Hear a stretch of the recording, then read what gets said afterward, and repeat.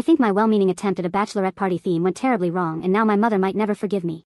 My best friend is getting married in October, and I was in charge of planning her bachelorette party. I wanted to make it special, something she would never forget. She is a huge fan of historical dramas, especially anything set in the Victorian era. She even has a whole collection of vintage hats and gloves. So, I thought, why not throw a Victorian-themed bachelorette party? I envisioned a sophisticated gathering with tea, finger sandwiches, and maybe even a murder mystery game. I pictured everyone dressing up in their finest Victorian attire, feeling elegant and refined. I even found a local tea room that was willing to host us for a private afternoon tea service. It seemed like the perfect plan.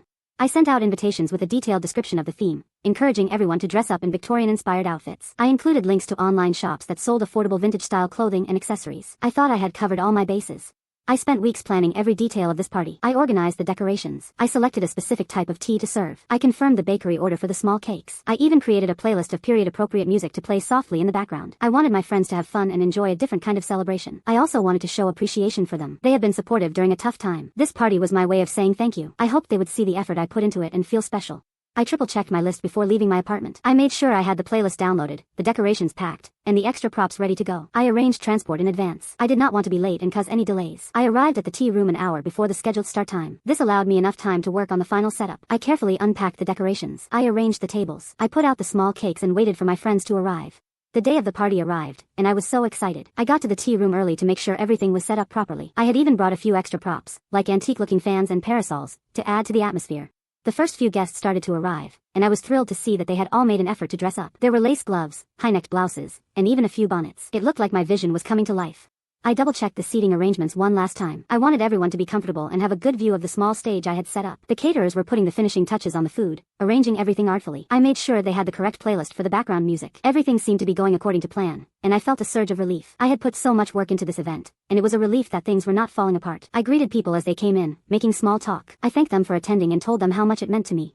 I saw my father pull into the driveway and my heart sank slightly. He always seemed to find a way to make things difficult. I took a deep breath and reminded myself to stay positive. I needed to focus on the good things and not let him ruin the day. I went outside to meet them as they got out of the car, prepared for anything. I hoped they would at least try to be civil. Then my mother arrived. Now, my mother is usually a very proper and reserved woman. She always dresses impeccably, and she never says anything even remotely inappropriate. I assumed she would embrace the Victorian theme with enthusiasm. I figured she would immediately start planning her outfit. I imagined her searching for a long velvet gown and maybe a cameo brooch. I thought she would suggest we all learn proper Victorian etiquette for the party. I fully expected her to take charge and make the party a sophisticated affair. Instead, she just stared blankly. She seemed completely unenthusiastic. She didn't offer any suggestions or express any interest in the theme. She simply said, "That sounds interesting." Her tone was flat. I had never seen her react this way to a party, especially one with a clear theme. I wondered if she was feeling unwell or if something else was bothering her. I was wrong. She walked in wearing what I can only describe as a very specific type of Victorian-inspired outfit. It was a corset, a very short skirt, and fishnet stockings. She had teased her hair into an enormous bouffant and applied a generous amount of bright red lipstick. She looked like she had stepped out of a saloon from an old Western movie. I honestly had no idea what to say. I had pictured her fitting in a little better. I had figured she would try to make a good impression on my parents. I thought she would wear something more appropriate for meeting them. I had mentioned that they were a little old-fashioned. I had told her that they value tradition. I glanced at my mother. She was staring. Her mouth was slightly open. My father looked like he was trying very hard not to react. I could feel my face getting hot. I wanted the floor to swallow me whole. I wished I could disappear. I wondered how I would explain this. I decided I needed to say something immediately. I was mortified. I pulled her aside and quietly asked her what she was wearing. She said she thought she was embracing the theme. She said she had watched a documentary about Victorian burlesque dancers and thought that this would be a fun and edgy way to participate. I asked her if she had actually read the invitation. I pointed out that the invitation clearly stated Victorian tea party attire, and included examples like long dresses, hats, and gloves. I even specified no revealing clothing. I do not understand how she missed that. I felt frustrated that I had to explain the dress code to her. I told her that I expected her to change before joining the party. I offered to lend her something appropriate from my closet, but she declined. She said she would rather leave than wear something she did not like. I tried to explain to her that this was not the kind of Victorian theme I had in mind. I told her that she looked like she was dressed for a costume party, not a sophisticated tea party. She just shrugged and said that she thought she looked fabulous. I did not know what to do. I did not want to embarrass her by asking her to change, but I also did not want her to ruin the entire party. I decided to try and ignore it and hope that no one else noticed.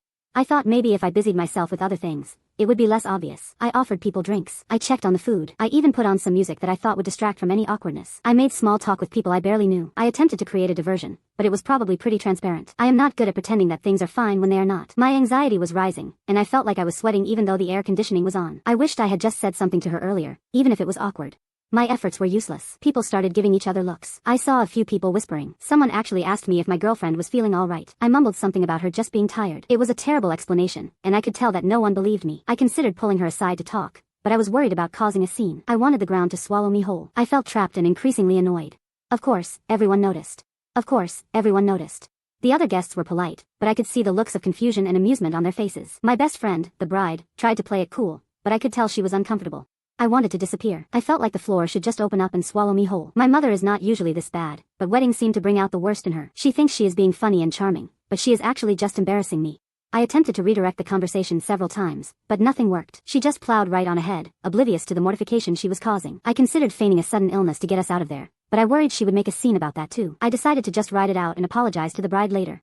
The afternoon tea service was awkward. My mother kept making loud comments about the food and flirting with the waiter. She even started singing a bawdy song from the supposed Victorian era that I am pretty sure she made up on the spot. I wanted to crawl under the table and die. I felt humiliated by her behavior. I did not understand why she acted that way. I needed to get away from everyone as fast as possible. I excused myself from the table. I said I needed to use the restroom. I went outside and walked around the building. I tried to calm myself. I reminded myself that I could not control my mother's actions. I realized I should probably apologize to my guests. I decided to return to the tea room and salvage the situation. After the tea party, I had planned a few more activities, like a Victorian-themed scavenger hunt and a cocktail-making class. But after my mother's performance at the tea room, everyone seemed less enthusiastic. The atmosphere had shifted from elegant and refined to just plain weird. The rest of the party was a disaster. My mother continued to be the center of attention, telling inappropriate jokes and dancing on tables. I tried to rein her in, but she would not listen. She said she was just having fun and that I needed to lighten up.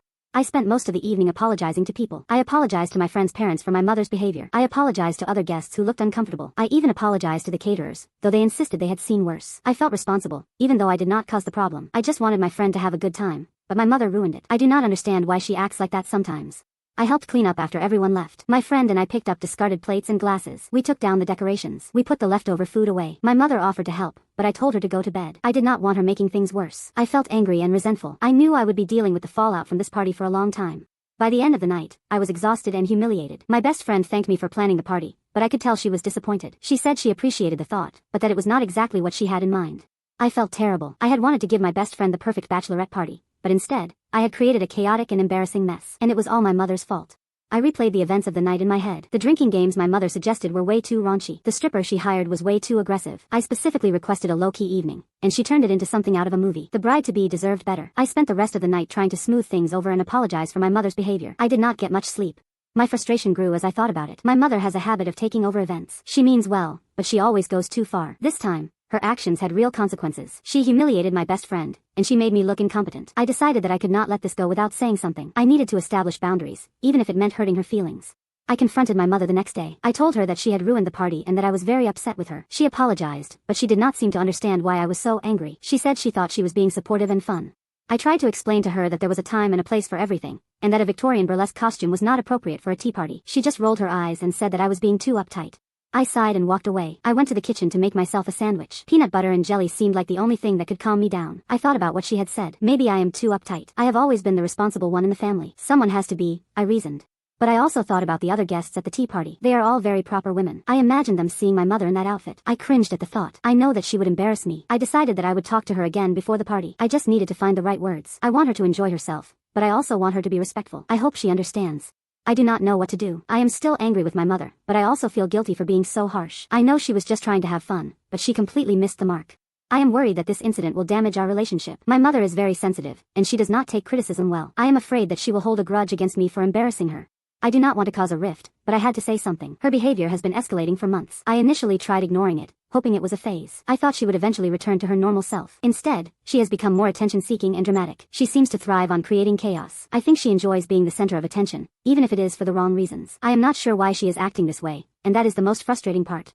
I need to talk to her before the wedding. I have to explain to her that the wedding is not about her. I need her to understand that the focus should be on my best friend and her future spouse. I am not sure how to approach the conversation. I have tried talking to her about her behavior before, but it never goes well. She always gets defensive and accuses me of attacking her. I worry that this time will be the same, but I do not see another option. I cannot let her ruin my best friend's special day. I am also worried about my best friend's wedding. I am supposed to be a bridesmaid, and I am afraid that my mother will do something to embarrass us at the wedding as well. I can already picture her showing up in another outrageous outfit and stealing the spotlight from the bride. I do not know how to handle this situation. I love my mother, but she can be so difficult sometimes. I wish she would just try to understand me and respect my feelings.